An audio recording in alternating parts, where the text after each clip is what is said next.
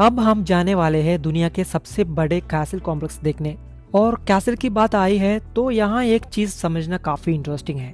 हमारे इंडिया में फोर्ट और पैलेस तो हम बचपन से देखते हैं और सुनते आए हैं। फोर्ट यानी किला, जिसका मेन पर्पस होता था किसी जगह को अटैक से प्रोटेक्ट करना, जैसे जैसलमेर, मेहरानगढ़ और चित्तौड़गढ़ फोर्ट या हैदराबाद का गोलकोंडा फोर्ट। और पैलेस यानी राजमहल, जैसे मैसूर पैलेस, जहाँ राजा का रॉयल रेजिडेंस होता था और साथ में एडमिनिस्ट्रेशन और दरबार का काम भी होता था।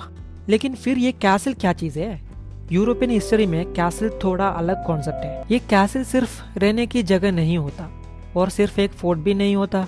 कई बड़े कैसल्स के अंदर फोर्टिफिकेशन भी होती थी, रॉयल पैलेस भी होता था और चर्च या चैपल भी। कई जगहों पर गार्डन्स, कोर्टयार्ड्स, म्यूजियम्स और दूसरी इंपॉर्टेंट बिल्डिंग्स भी होती थी। यानी एक तरफ से एक ही जगह पर रॉयल रेजिडेंस, एडमिनिस्ट्रेशन और डिफेंस सब कुछ। और अब मैं पहुंच चुका हूँ प्राग कैसल में।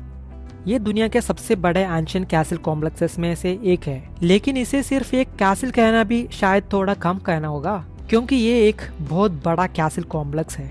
ये जो आप देख रहे हैं गोथिक स्टाइल में बना सेंट वीटस कैथेड्रल है, और ये लाल रंग की बिल्डिंग रोमनस स्टाइल में बनी सेंट जॉर्ज बसिलिका है। इसके अलावा यहाँ ओल्ड रॉयल पैलेस है, न्यू रॉयल पैलेस है, म्यूजियम्स है, बड़ी बड़ी फोर्टिफिकेशंस है, कोर्टयार्ड्स है और छोटे बड़े कई गार्डन्स भी है। इतना ही नहीं, चेक रिपब्लिक के करंट प्रेसिडेंट की ऑफिशियल रेजिडेंस भी इसी कॉम्प्लेक्स के अंदर है।